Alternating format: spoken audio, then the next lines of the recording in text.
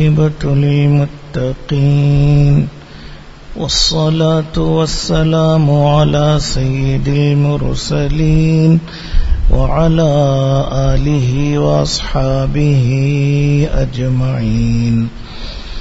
أما بعد فأعوذ بالله من الشيطان الرجيم. بسم الله الرحمن الرحيم. والضحى والليل إذا سجى ما ودعك ربك وما قلى وللآخرة خير لك من الأولى ولسوف يعطيك ربك فترضى. ألم يجدك يتيما فآوى ووجدك ضالا فهدى ووجدك عائلا فأغنى فأما اليتيم فلا تقهر وأما السائل فلا تنهر وأما بنعمة ربك فحدث. صدق اللہ العظیم. شروع اللہ کے نام سے جو بے حد مہربان نہایت رحم والا ہے. قسم دھوپ چڑھتے وقت کی اور رات کی جب چھا جائے. نہ رخصت کر دیا تجھ کو تیرے رب نے اور نہ بیزار ہوا، اور البتہ پچھلی بہتر ہے تجھ کو پہلی سے، اور آگے دے گا تجھ کو تیرا رب پھر تو راضی ہوگا. بھلا نہیں پایا تجھ کو یتیم پھر جگہ دی، اور پایا تجھ کو بھٹکتا پھر راہ سجائی، اور پایا تجھ کو مفلس پھر بے پرواہ کر دیا. سو جو یتیم ہو اس کو مت دبا، اور جو مانگتا ہو اس کو مت جھڑک، اور جو احسان ہے تیرے رب کا سو بیان کر. بزرگان محترم، قرآن پاک کی مشہور سورت ہے، مکی ہے، کل 11 آیتیں ہیں.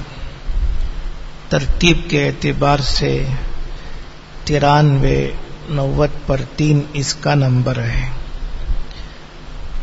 اس سورت میں اللہ تعالی نے ہمارے آقا جناب محمد الرسول اللہ صلی اللہ علیہ وسلم کی فضیلت اور آپ کی عظمتوں کو بیان کیا ہے. یہاں سے قرآن پاک کی چھوٹی سورتیں شروع ہوتی ہیں، اور شروع قرآن پاک میں قرآن پاک کی عظمت بیان کی گئی. ذالک الکتاب لا ریب فیہ ھدی للمتقین. تو قرآن پاک کی عظمت اور فضیلت کا بیان ہے. تو ان آخری صورتوں میں جس ذات پر قرآن اترا ہے، جس ہستی پر قرآن نازل ہوا ہے، ان کی عظمتوں کا اور فضیلتوں کا بیان ہے.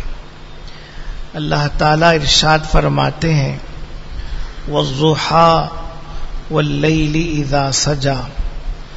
قسم ہے دن کی روشنی کی اور رات کی جب چھا جائے. ضحیٰ کا وقت جب سورج طلوع ہو کر کافی بلند ہو جائے، خوب روشنی پھیل جائے، اس وقت کو کہتے ہیں. والضحیٰ، قسم ہے دن کی روشنی کی اور دھوپ کے وقت کی، اور قسم ہے رات کی جب چھا جائے، جب اندھیرا ہو جائے، تاریکی پوری طرح سے چھا جائے. واللیل اذا سجا، تاریکی پوری طرح سے جب چھا جاتی ہے تو وہاں دو باتیں ہیں. ایک تو شروع رات میں ہلکی تاریکی ہوتی ہے اور تاریکی بڑھتے بڑھتے رات کے شروع حصے ہی میں ایک وقت ایسا آتا ہے کہ اب جتنی تاریکی ہونی ہے ہو جاتی ہے.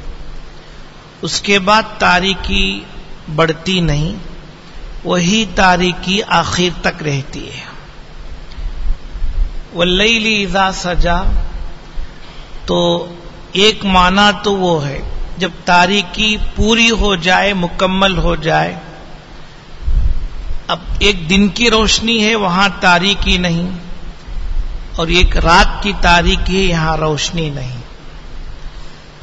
اور واللیل اذا سجا کا ایک مطلب ہے قسم ہے رات کی جب قرار پکڑے. قرار پکڑنا یعنی جب ہر چیز اس کی جگہ پہنچ جائے، جاندار سو جائیں اور دوسری چیزیں خاموش ہو جائیں، سب اپنی اپنی جگہ پکڑ لیں، کوئی شور و غل نہ ہو، ہنگامہ نہ ہو، اور انسان حیوانات سو جائے، تو اس وقت ہر چیز قرار پکڑتی ہے، اطمینان حاصل کر لیتی ہے. تو یہ دو قسمیں اللہ نے کھائی ہیں. آگے فرما رہے ہیں ما ودعاک ربک وما قلی.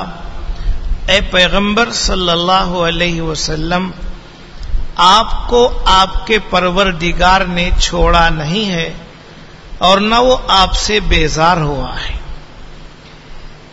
یہاں جو چھوڑنے کا ذکر ہے، دراصل یہ مشرکوں کا طعنہ ہے. کافروں نے آپ کو طعنہ دیا تھا، اور یہ طعنہ اس وقت ہوا جب چند دنوں کے لیے وحی بند ہو گئی، وحی نازل نہیں ہوئی. تو اب طعنہ دینے والوں نے طعنہ دیا کہ آپ کا رب آپ کو چھوڑ دیا ہے اور آپ سے ناراض ہو گیا ہے، اس لیے وحی کا سلسلہ بند ہو گیا. وحی کا سلسلہ کم از کم 3 مرتبہ بند ہوا ہے، یعنی کچھ دنوں تک، دیر تک کے لیے. پہلی مرتبہ جب غار حرا کے پاس وحی نازل ہوئی، اقرأ بسم ربک الذی خلق، تو اس کے بعد ایک لمبا زمانہ ایسا گزرا ہے کہ وحی نازل نہیں ہوئی. وہ زمانہ تقریباً 2.5 سال کا ہے، اور بعض بڑے علماء کہتے ہیں 6 مہینے کا ہے.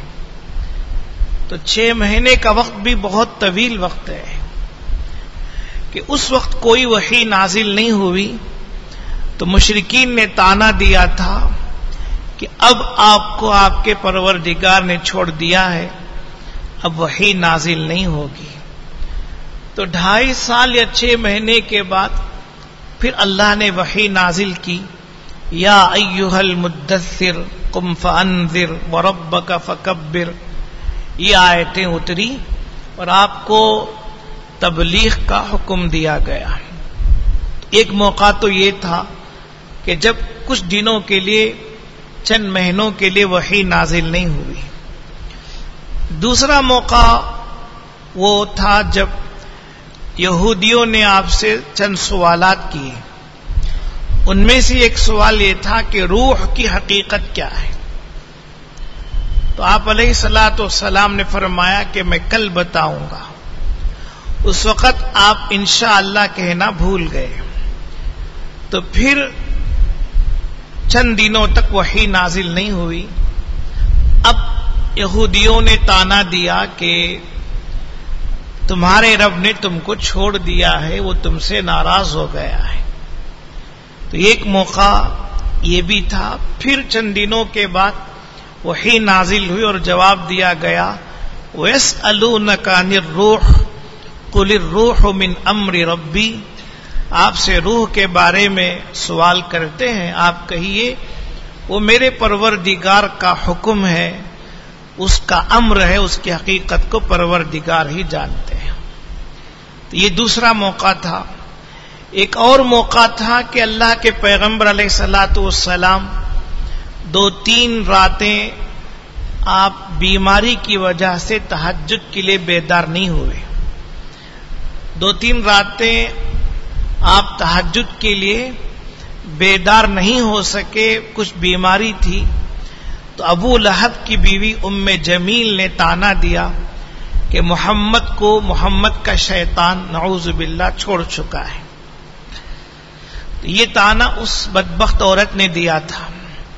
تو اس موقع پر اللہ نے یہ آیتیں نازل فرمائی، ما ودعک ربک وما قلی، اے محمد صلی اللہ علیہ وسلم، آپ کو آپ کے پروردگار نے چھوڑا نہیں ہے، وما قلی، اور نہ ناراض ہوا ہے۔ دونوں باتیں غلط ہیں۔ تو یہ سب باتیں یہاں جمع ہو سکتی ہیں، کوئی تضاد نہیں ہے کہ ایک ہی مراد لی جائے۔ تو یہ سب باتیں ہو سکتی ہیں۔ اللہ فرما رہے ہیں ما ودعک ربک وما قلی، آپ کے پروردگار نے آپ کو نہ چھوڑا ہے، نہ وہ آپ سے ناراض ہوا ہے۔ وَلَلْآخِرَةُ خَيْرٌ لَكَ مِنَ الْأُولَىٰ، اور آخرت آپ کے لیے دنیا سے کہیں بہتر ہے۔ یہ جواب دے رہے ہیں کہ آپ کو چھوڑنا تو دور کی بات ہے، آخرت یعنی دنیا میں بھی آپ پر اللہ نے بہت سی نعمتیں نازل کی ہیں۔ سب سے بڑی نعمت تو یہ ہے کہ آپ کو خاتم النبیین بنایا اور تمام انبیاء کرام کا امام بنایا۔ ساری امت آپ کے حق میں ہمیشہ دعا کرتی ہے، اور اتنا اونچا مقام آپ کا کیا کہ اس سے آگے کوئی مقام نہیں ہے۔ یہ آپ کی فضیلتیں ہیں، آپ کا مقام ہے، لیکن یہ تو دنیاوی ہے۔ آخرت اس کا تو سوال ہی کیا ہے، اس کی نعمتیں دنیا کے مقابلہ میں بہت زیادہ ہیں۔ وہاں جو آپ کو انعامات دیے جائیں گے وہ انعامات دنیا کے مقابلہ میں بہت زیادہ ہوں گے۔ وَلَلْآخِرَةُ خَيْرٌ لَكَ مِنَ الْأُولَىٰ، البتہ تحقیق آخرت آپ کے لیے اولا سے کہیں بہتر ہے، یعنی آخرت کی نعمتیں دنیا کی نعمتوں سے بدرجہ زیادہ ملیں گی۔ بہت زیادہ انعامات سے آپ نوازے جائیں گے، مقام محمود آپ کو عطا ہوگا، وسیلہ آپ کو عطا ہوگا، فضیلہ آپ کو عطا ہوگا۔ غالباً وسیلہ کے بارے میں روایت ہے، آپ نے صحابہ سے پوچھا جانتے ہو وسیلہ کیا ہے؟ صحابہ نے کہا اللہ اور اس کے رسول بہتر جانتے ہیں۔ آپ نے فرمایا جنت کا وہ آخری اور اونچا درجہ ہے، اس سے آگے کوئی اور درجہ نہیں، اور وہ درجہ امید ہے اللہ تعالی مجھے عطا کریں گے۔ اللہ کے پیغمبر صلی اللہ علیہ وسلم نے یہ بات بتائی۔ تو اس طرح کے انعامات اور شفاعت کبریٰ آپ کے لیے ہے اور کسی کے لیے نہیں۔ یعنی آدم علیہ السلام کی امت سے لے کر آپ کی امت تک ساری امتوں کے لیے جو میدان حشر میں جمع کر دی جائیں گی، یہ مسئلہ ہوگا کہ جنت یا جہنم کا فیصلہ جو ہو، لیکن حساب و کتاب تو شروع ہو۔ یہاں جو گھٹن ہو رہی ہے، تکلیف ہو رہی ہے میدان حشر میں، محشر میں، یہ ہمارے لیے برداشت سے باہر ہے۔ اس لیے آدم علیہ السلام سے لے کر ہر نبی کے پاس جائیں گے تاکہ وہ سفارش کرے لیکن سبھی انبیاء معذرت کر لیں گے. آخر میں آپ علیہ الصلوۃ والسلام تیار ہوں گے سفارش کے لیے. یہ شفاعت کبریٰ ہے، یہ بھی آپ کے لیے خاص ہے. جنت کا دروازہ کھٹکھٹانا اور جنت کا دروازہ کھولا جانا سب سے پہلے آپ کے لیے ہے. تو ایسی سینکڑوں نعمتیں ہیں. وَلَلْآخِرَةُ خَيْرٌ لَكَ مِنَ الْأُولَىٰ، اور البتہ آخرت آپ کے لیے دنیا سے کہیں بہتر ہے. اس لیے چھوڑنے کا یا ناراض ہونے کا سوال ہی پیدا نہیں ہوتا.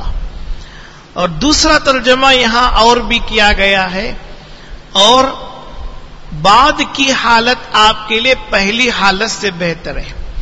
پچھلی حالت، بعد والی حالت آپ کے لیے پہلی والی حالت سے بہتر ہے. یعنی جب آپ نبی بنائے گئے کیسے حالات ہوئے، اور مکۃ المکرمہ میں آپ کو اور آپ کے ساتھیوں کو کتنی تکلیفیں اور ایذائیں دی گئیں.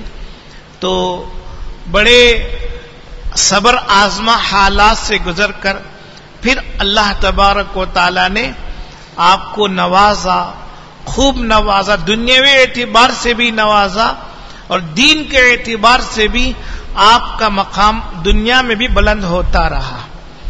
تو چھوڑنے کا یہ سوال بہت غلط ہے کہ جوں ایام گزرتے جا رہے ہیں آپ کا مقام بلند ہوتا جا رہا ہے. پچھلی حالت کے مقابلے میں، یعنی پہلی حالت کے مقابلے میں بعد میں آنے والی حالت بہتر سے بہتر ہو رہی ہے. اس لیے اللہ کی طرف سے یہ بات کہی جا رہی ہے وَلَلْآخِرَةُ خَيْرٌ لَكَ مِنَ الْأُولَىٰ. یہ جو کہا جا رہا ہے آپ کے پروردگار نے چھوڑ دیا، یہ بالکل صراحتاً غلط ہے. وَلَسَوْفَ يُعْطِيكَ رَبُّكَ فَتَرْضَىٰ. یہی نہیں کہ آپ کو نعمتوں سے نوازا جا رہا ہے، اللہ فرما رہے ہیں اور ہم آپ کو دیں گے عنقریب، ہم آپ کو آپ کا پروردگار اتنا دے گا کہ آپ راضی ہو جائیں گے. فترضا ولسوف يعطيك ربك. اور عنقریب یعنی آخرت میں، جنت میں آپ کا پروردگار اس قدر عطا کرے گا کہ آپ راضی ہو جائیں گے. جب یہ آیت کریمہ نازل ہوئی، حضرت علی رضی اللہ عنہ روایت کرتے ہیں اللہ کے پیغمبر صلی اللہ علیہ وسلم نے فرمایا اگر یہی بات ہے، یعنی جب اللہ نے یہ بات میرے حق میں نازل کر دی ہے تو میں اس وقت تک راضی نہیں ہوں گا جب تک میرا ایک امتی بھی جہنم میں ہو. وَالْأَرْضَ وَأُمَّتِي وَوَاحِدَةٌ فِي أُمَّتِي فِي النَّارِ كَمَا قَالَ. ایک امتی بھی جہنم میں ہو تو میں راضی نہیں ہوں گا. اللہ کے پیغمبر علیہ الصلوۃ والسلام نے یہ بات فرمائی. اور ایک اور حدیث میں ہے آپ علیہ الصلوۃ والسلام نے فرمایا، ابراہیم علیہ الصلوۃ والسلام نے اپنی امت کا ذکر کیا ہے، قرآن پاک میں بھی ذکر ہے فَمَن تَبِعَنِي فَإِنَّهُ مِنِّي وَمَنْ عَصَانِي فَإِنَّكَ غَفُورٌ رَحِيمٌ. میری امت میں سے جو میری پیروی کرے وہ تو مجھ سے ہے ہی. فَمَن تَبِعَنِي فَإِنَّهُ مِنِّي، یعنی میرے ساتھ اس کا بھی حشر ہوگا، اس کا انجام بہتر ہوگا. اور جو میری نافرمانی کرے پروردگار آپ غفور الرحیم ہیں، میری نافرمانی کے باوجود آپ بخش دے سکتے ہیں. یہ بات کہی ابراہیم علیہ السلام نے. حضرت عیسیٰ علیہ السلام نے فرمایا ان تعذبہم فإنہم عبادک وإن تغفر لہم فإنک انت العزیز الحکیم. اے اللہ اگر آپ ان کو عذاب دے رہے ہیں تو آپ کے بندے ہیں، آپ کو حق ہے. اگر آپ مغفرت کر دیں گے ان کی تو آپ غفور الرحیم ہیں. یہ انبیاء کرام اپنی امتوں کے بارے میں کہہ رہے ہیں. اب اللہ کے نبی علیہ الصلوۃ والسلام انبیاء کرام کے تذکروں کو اپنی امت کے بارے میں پیش کر کے رونے لگے اور کہنے لگے یا رب امتی امتی. تو سیدنا جبرائیل علیہ الصلوۃ والسلام اللہ کے حکم سے نازل ہوئے اور حدیث میں ہے جبرائیل علیہ السلام نے اللہ کی طرف سے پوچھا آپ کیوں رو رہے ہیں، جبکہ پروردگار خوب جانتے ہیں کہ کیوں رو رہے ہیں. پھر بھی اللہ معلوم کر رہے ہیں ایسا اہمیت کی وجہ سے ہوتا ہے، مقام اور مرتبہ کی بلندی کی وجہ سے ہوتا ہے۔ آپ نے فرمایا مجھے میری امت یاد آ گئی، میں اپنی امت کو یاد کر کے رو رہا ہوں۔ حضرت جبریل علیہ السلام یہ بات لے کر اللہ کے پاس پہنچے۔ اللہ کی طرف سے جواب دیا گیا کہ محمد صلی اللہ علیہ وسلم سے کہہ دو کہ ہم آپ کو آپ کی امت کے بارے میں راضی کر دیں گے اور غم زدہ نہیں کریں گے۔ آپ کو آپ کی امت کے بارے میں راضی کر دیں گے اور آپ کو رنجیدہ نہیں کریں گے۔ تو یہ پیغام جبریل علیہ السلام نے اللہ کے پیغمبر علیہ السلام کو سنایا۔ تو یہاں وَلَسَوْفَ يُعْطِيكَ رَبُّكَ فَتَرْضَىٰ، اور عنقریب آپ کو آپ کا پروردگار اس قدر دے گا کہ آپ راضی ہو جائیں گے۔ دنیا آخرت میں دینا تو واضح ہوا، دنیا میں بھی ہم یوں دیں گے کہ بس آپ کی امت کا ڈنکا بجے گا اور آپ کا دین پھیلے گا، پھلے گا، پھولے گا، مقام بلند نصیب ہوگا، اور اس طرح کی جتنی نعمتیں ہیں وہ سب مراد ہیں۔ چنانچہ ہمارے آقا صلی اللہ علیہ وسلم کا دین جتنا پھیلا ہے اتنا اور کوئی نہیں پھیلا، اور کسی مخصوص زمانے کے لیے، کسی مخصوص طبقے کے لیے آپ نبی نہیں، بلکہ قیامت تک کے لیے ساری انسانیت بلکہ جنات کے لیے بھی آپ نبی بنا کر بھیجے گئے، بلکہ انبیاء کے لیے بھی آپ ہی نبی تھے۔ جملہ انبیاء کے لیے بھی آپ ہی نبی تھے۔ جیسے ہر نبی کی امت اپنے نبی پر ایمان لاتی ہے، علماء لکھتے ہیں کہ انبیاء خود اپنے اوپر ایمان لائیں گے کہ مجھے اللہ نے دین کی تبلیغ کے لیے بھیجا ہے، میں اللہ کا نبی ہوں، پھر اپنے اوپر ایمان لاتے ہوئے ہمارے آقا صلی اللہ علیہ وسلم پر بھی ایمان لے آئیں گے۔ یہ قرآن پاک میں بھی مضمون آیا ہے، وَلَسَوْفَ يُعْطِيكَ رَبُّكَ فَتَرْضَىٰ۔ تو پھر وہ جو ام جمیل نے بات کہی کہ آپ کو آپ کے پروردگار نے یا نعوذ باللہ آپ کو آپ کے شیطان نے چھوڑ دیا ہے اور وہ ناراض ہو گیا ہے، وہ بات غلط ہے۔ ہم آپ کو اس قدر دیں گے کہ آپ راضی ہو جائیں گے۔ الم یجد کا آگے انعامات کا ذکر ہے۔ 3 انعامات اللہ تبارک و تعالی یہاں ظاہری طور پر بیان کر رہے ہیں۔ الم یجد کا یتیمن فآوا، کیا آپ کو آپ کے پروردگار نے یتیم نہیں پایا سو اس نے آپ کو ٹھکانہ دیا، جگہ دی۔ یتیم نہیں پایا کہ آپ ابھی اپنی والدہ کے پیٹ میں تھے، اسی وقت یعنی حمل کے زمانے ہی میں آپ کے والد ماجد کا انتقال ہو گیا، پھر 2 یا 6 سال کی مدت میں آپ کی والدہ کا انتقال ہو گیا، 8 سال کی مدت میں دادا کا انتقال ہو گیا، پھر چچا کے ہاتھ پرورش آپ کی ہوئی اور چچا نے پرورش کی، لیکن اللہ کے نبی علیہ السلام نے اپنے چچا کا لحاظ اتنا کیا کہ چچا کیا پرورش کرتے، آپ ان کے بچوں میں سے 2-1 بچے کو خود لے لیے تاکہ آپ ان کی کفالت کریں۔ لیکن چچا کا سہارا بہت مضبوط سہارا تھا۔ ابو طالب اگرچہ مسلمان نہیں ہوئے تھے لیکن 50 سال تک اللہ کے پیغمبر صلی اللہ علیہ وسلم کے لیے مضبوط سہارا بنے رہے۔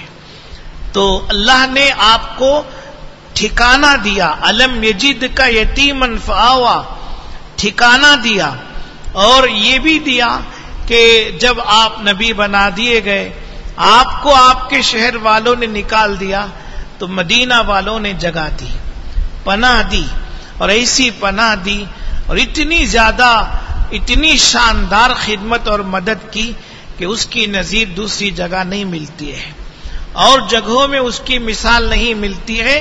یہ اللہ کہہ رہے الم یجد کا یتیمن فآوا، کیا آپ کو آپ کے پروردگار نے یتیم نہیں پایا، بے شک آپ یتیم تھے، فآوا، سو اس نے آپ کو ٹھکانہ دیا، جگہ دی۔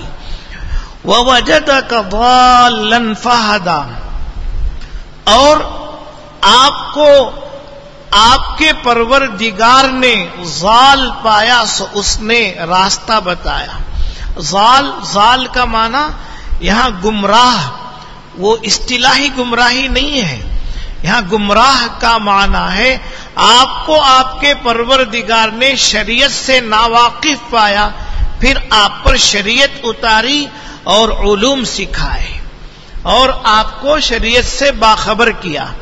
اور شریعت کے نازل ہونے سے پہلے آپ جو ناواقف تھے، یہ کوئی عیب نہیں ہے، یہ عیب نہیں ہے، بلکہ جب شریعت نازل ہوگی جبھی عالم ہوں گے اور مسائل اور دلائل سے، فضائل سے واقفیت ہوگی۔ تو ہم نے آپ کو ناواقف پایا، سو ہم نے آپ کو ہدایت دی، یعنی شریعت آپ جانتے نہیں تھے، ہم نے آپ پر شریعت اتاری اور اس قدر علوم اتارے کہ شیخ سعدی کہتے ہیں، یتیمے کے نا کردہ قرآن درست، کتب خانہ چند ملت بشست۔ جو یتیم بچہ کسی استاذ کے پاس الف با تک نہیں سیکھا، اب اس کے علوم پر ہزاروں کتب خانے کھلے ہوئے، اس کے علوم پر، یہ علوم اللہ نے دیے۔ وَوَجَدَكَ ضَالًّا فَهَدَى، دوسری جگہ اللہ کہتے ہیں، مَا كُنْتَ تَدْرِي مَا الْكِتَابُ وَلَا الْإِيمَانُ وَلَكِنْ جَعَلْنَاهُ نُورًا نَهْدِي بِهِ مَن نَّشَاءُ مِنْ عِبَادِنَا، آپ جانتے نہیں تھے کتاب کیا ہے، ایمان کیا ہے، اور جانتے کیسے جب اللہ نے اس وقت تک اتارا نہیں۔ تو اللہ وضاحت سے کہہ رہے ہیں آپ جانتے نہیں تھے کتاب کیا چیز ہے اور ایمان کیا ہے، وَلَكِنْ جَعَلْنَاهُ، ہاں ہم نے آپ پر نور اتارا، قرآن اتارا، جس کے ذریعے سے ہم اپنے بندوں میں سے جس کو چاہے ہدایت دیتے ہیں۔ تو اتارے جانے کے بعد آپ جان لیے کہ کتاب کیا ہے، ایمان کیا ہے، اس سے پہلے آپ کو معلوم نہیں تھا۔ یہی بات کہہ رہے ہیں، وَوَجَدَكَ ضَالًّا فَهَدَى، اور ہم نے آپ کو ناواقف پایا شریعت سے، پھر ہم نے ہدایت دی اور شریعت نازل کی۔ وَوَجَدَكَ عَائِلًا فَأَغْنَى، اور آپ کے پروردگار نے آپ کو نادار پایا، سو اس نے مالدار بنا دیا۔ عَائِلًا فَأَغْنَى، آپ کو نادار اور مفلس پایا، تھے تو آپ بہت اونچے خاندان کے، کہ سارے عرب کے جتنے قبیلے ان میں سب سے افضل قریش، اور قریش میں سب سے افضل بنو ہاشم تھے، تو آپ بنو ہاشم کے، لیکن آپ مالدار نہیں تھے، آپ مفلس تھے، عائل تھے۔ اللہ تبارک و تعالی نے آپ کو غنی کر دیا اور بے پرواہ کر دیا۔ کیسے کہ جب آپ بڑے ہوئے تو حضرت خدیجہ رضی اللہ عنہا کا مال لے کر آپ نے شرکت کے ساتھ تجارت کی، پارٹنرشپ میں، کہ مال حضرت خدیجہ رضی اللہ عنہا کا، محنت آپ کی، اس طریقے سے آپ نے تجارت کی، بڑا نفع ہوا اور نفع میں آپ کو حصہ بہت ملا تھا، یوں اللہ نے مالدار بنایا۔ پھر جب آپ 25 سال کے ہوئے، حضرت خدیجہ رضی اللہ عنہا نے خود نکاح کا پیغام بھیجا اور نکاح ہوا، حضرت خدیجہ نے سارا مال آپ کے قدموں پہ ڈال دیا، یہ سارا مال آپ کے لیے ہے، آپ اس سارے مال کے مالک ہیں۔ وَوَجَدَكَ عَائِلًا فَأَغْنَى، کیا ہم نے آپ کو مفلس نہیں پایا، سو ہم نے آپ کو غنی کر دیا، یعنی نادار پایا تھا اور مالدار بنا دیا۔ پھر اس کے بعد اللہ تبارک و تعالی دروازہ کھولتے چلے گئے، اور اللہ کے پیغمبر علیہ الصلوۃ والسلام خیبر جب فتح ہوا، اس کے بعد اپنی بیویوں کے لیے 1 سال تک کا نفقہ دے دیتے تھے. اپنی بیویوں کے لیے 1 سال کا نفقہ. یہ اور بات ہے کہ جیسے نبی تھے امہات المومنین بھی ویسے ہی پاکیزہ تھی کہ عموماً وہ سب صدقہ کر دیا کرتی تھی, اپنے پاس نہیں رکھتی تھی. وَوَجَدَكَ عَائِلًا فَأَغْنَى. یہ 3 ظاہری نعمتیں ذکر کی. پھر یہاں کہہ رہے ہیں جو ذات آپ کو بچپن سے نہیں بھولی ہے, کیا وہ ذات اب آپ کو چھوڑ دے گی اور آپ سے ناراض ہو جائے گی؟ کیسی غلط بات ہے جو کہی جا رہی ہے.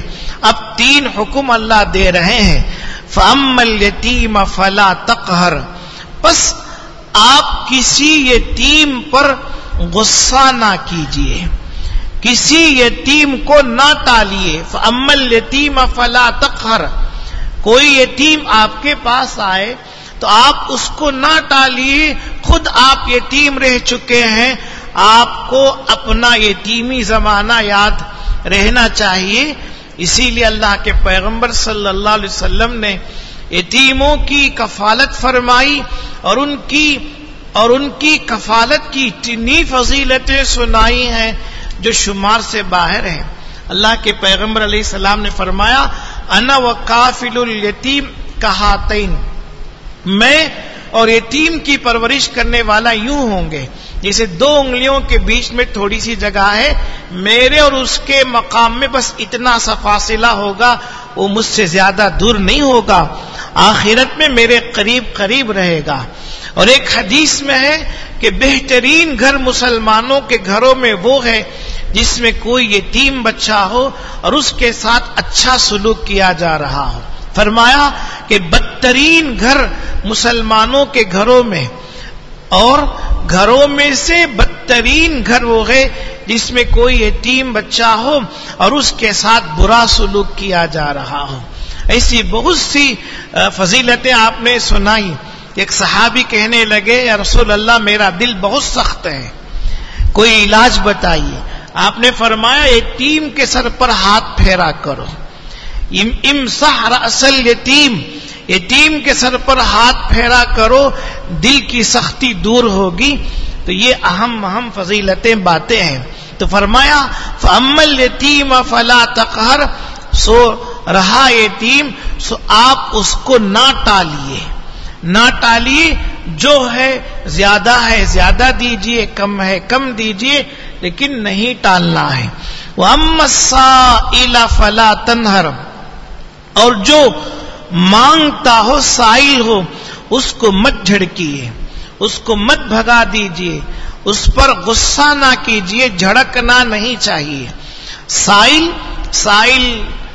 کا ایک مطلب تو واضح ہے جو مانگتا ہو, مانگنے والا جیسا بھی ہو کچھ نہ کچھ دے ہی دینا چاہیے, کچھ نہ کچھ دے دینا چاہیے.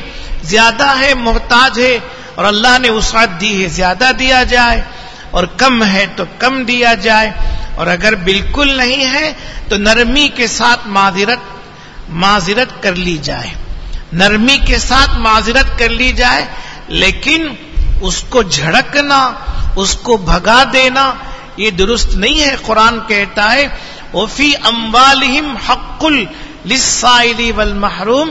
اور ان کے مالوں میں, جن کو اللہ نے مال دیا ہے, ان کے مالوں میں حق ہے, مانگنے والے کا بھی اور جو مانگتا نہیں اس کا بھی, دونوں کے حقوق ہیں.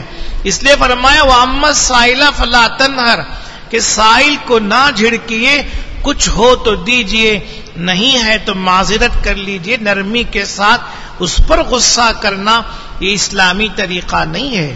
ایک اور معنی بھی ہے, اگر کوئی کچھ پوچھ رہا ہے, سائل کوئی کچھ پوچھ رہا ہے, مسئلہ معلوم کر رہا ہے, یا کوئی اور نامعلوم بات کو معلوم کر رہا ہے, معلوم ہے تو اس کو بتا دیا جائے, نہیں معلوم ہے تو معذرت کر لی جائے. لیکن اس کو جھڑکنا, اس کو بھگا دینا, ناراض ہونا, پوچھنے والے کا جواب نہ دینا یہ اسلامی آداب میں سے نہیں ہے. ہاں اگر کوئی مانگنے والا ایسا ہے یا سوال کرنے والا ایسا ہے جو خواہ مخواہ ہی آ کر مصیبت بن جائے اور سر پر بوجھ بن جائے اور باوجود نرمی کے وہ بات نہ مانے تو حد اعتدال میں رہ کر اس کو باہر کیا جا سکتا ہے، اس پر غصے کا اظہار بھی کیا جا سکتا ہے، لیکن وہاں بھی حد اعتدال میں۔ آگے فرمایا اور تیسرا حکم وَأَمَّا بِنِعْمَةِ رَبِّكَ فَحَدِّثْ، اور بہرحال اپنے پروردگار کی نعمت کو آپ بیان کیجئے، اپنے پروردگار کی نعمت اور احسان کو ظاہر کیجئے جو اللہ نے آپ کو نعمت دی ہے، اس نعمت کا اظہار کیجئے۔ تیسرا حکم ہے نعمت اگر مالی ہے تو اس مال میں مال جو حق رکھتے ہیں ان کو ان کا حق دیجئے، رشتہ دار ہیں، اپنے اہل و عیال ہیں تو ان کے اعتبار سے رشتہ دار ہیں، ان کے اعتبار سے زکوٰۃ ایک حق ہے، صدقہ فطر ایک حق ہے، قربانی ایک حق ہے۔ ایسے جو حقوق ہیں اگر مالی نعمت ہے تو اس میں سے عطا کیجئے، اور اگر بدنی نعمت اللہ نے صحت مند بنایا ہے، بدن کو تندرست کیا ہے، تو اس نعمت کا اظہار یہ ہے کہ اس نعمت کو اللہ کی نافرمانی میں لگائے بغیر بدن کو اللہ کے دین میں اور عبادت میں استعمال کیا جائے، بدن کو اللہ کے دین میں اور اللہ کی خوشنودی کے کاموں میں استعمال کیا جائے، جو احکام ہے بدن سے وہ ادا کیے جائیں۔ اور اگر نعمت علم و معرفت ہے تو اس کو اپنے پاس تک نہ رکھ لیں بلکہ اس کو پھیلائیں۔ علم ہے، معرفت ہے، اللہ نے اس کو اس نعمت سے نوازا ہے تو اسے دوسروں تک پہنچانا چاہیے، اسے اپنے پاس تک محدود کر لینا ٹھیک نہیں ہے۔ وَأَمَّا بِنِعْمَةِ رَبِّكَ فَحَدِّثْ، اور جو نعمت آپ کو اللہ نے دی ہے اسے ظاہر کیجئے۔ حدیث علماء لکھتے ہیں، مفسرین، یہ لفظ حدیث بھی غالباً اسی سے نکلا ہے۔ جتنی ہزاروں حدیثیں آپ نے بیان کی ہیں وہ بھی پروردگار کی نعمت کا اظہار ہے۔ پروردگار نے جو آپ کو نعمتوں سے نوازا، علوم اور معرفت کے خزانے جو آپ پر اتارے، آپ نے ان کو اپنے سینے میں نہیں رکھا، ان کو اس قدر بیان کیا کہ ہزاروں لاکھوں حدیثیں ہو گئی اور پوری دنیا ان سے فائدہ اٹھا رہی ہے۔ وَأَمَّا بِنِعْمَةِ رَبِّكَ فَحَدِّثْ۔ مفسرین لکھتے ہیں والضحیٰ سے آخر تک یہ جو صورتیں ہیں، ان صورتوں کے شروع میں یا آخر میں تکبیر کہنا سنت ہے، تکبیر کہنا سنت ہے، اور تکبیر یوں ہے لا الہ الا اللہ واللہ اکبر، اور یہ نماز کی حالت میں نہیں ہے۔ جب ہم نماز سے باہر ان صورتوں کو پڑھیں گے تو دو اختیار ہے، چاہے سورت کے شروع میں چاہے سورت کے آخر میں، ہر صورت میں یہ تکبیر کہہ لی جائے، لا الہ الا اللہ واللہ اکبر آپ بھی کہہ لیں۔